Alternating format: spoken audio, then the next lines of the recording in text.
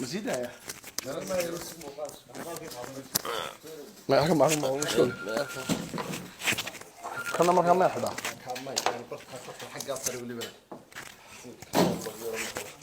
وضع يعني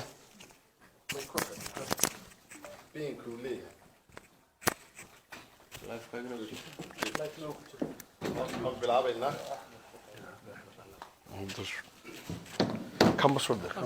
كم بصور أكبر دم كلها بيا هذا ما نسيت في بالله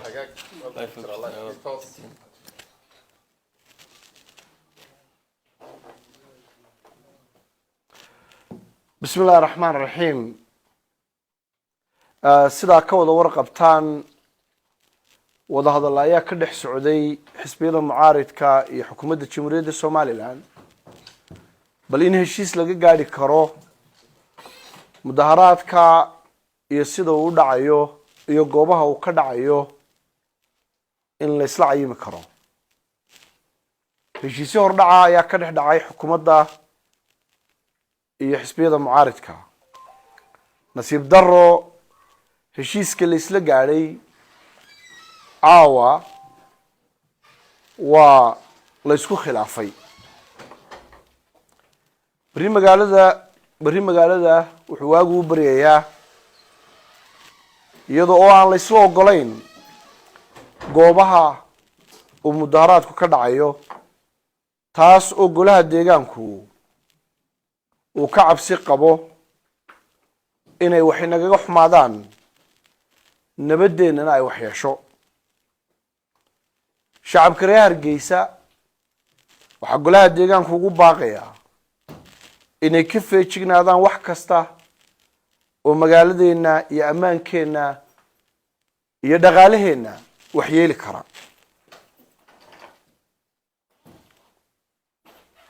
mudaharaadayaasha soo baxaya waxaan ugu baaqayaa in ay ku ekaadaan goobaha la isla ogol yahay kana feejignaadaan oo ka fogaadaan goobaha aan la isla ogolayn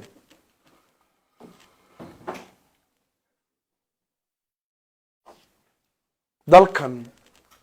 waxa lagu soo dhisay wada hadal isu tanaasul iyo xariga oo la isu dabciyo markay arrimuhu adkaadaan ama ay murgaan waxay Soomaaliland maanta u baahan tahay rag tanaasula oo Soomaalinimada siista wax kasta waxaan rajaynayaa golaha deegaankuna filayaa ilaahayna aanu ka baryaynaa in wax kasta oo waxina yeeli kara waa maandarre inagu keeni kara oo dhaqaalaheena burburin kara maadaama aynu hadda un ka soo kabanayno khasaarihii weynaa ee dhaqaale ay naga soo gaadhay suuqi waaheen sidoo kale waxaynu ilaahay ka baryaynaa ilaahay naga hayo wax kasta oo caqabad inaga noqon kara horumarka aynu wadno ee aynu ku dhisayno magaaladeena golaha deegaanka magaalada Hargeysa wuxuu taageersan yahay in shacabku nabadooda ilaashadaan waxaanu sidoo kale dadaal weyn ku bixiyay maalmihii tagay in la isu soo dhawaado oo la wada hadlo golaha deegaanku aad uga xun yahay in wada hadalladaasi ay ku soo gabagaboobeen iyadoo oo aan la isla ogolayn goobaha uu ka dhacayo mudaharaadku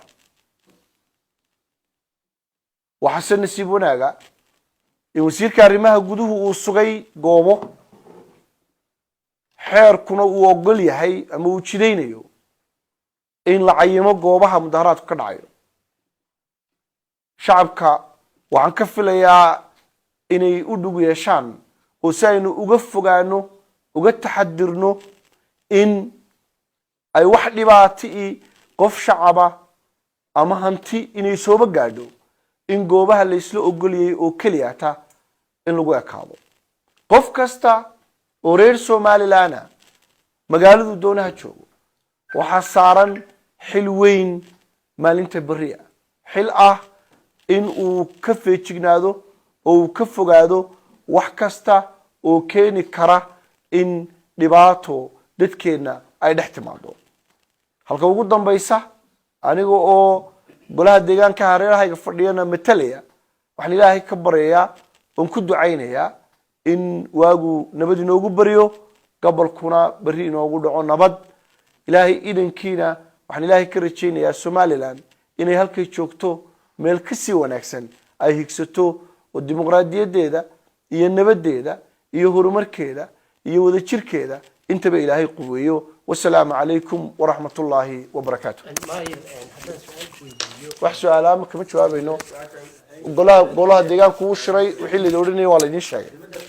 waa mahadsantihiin walaal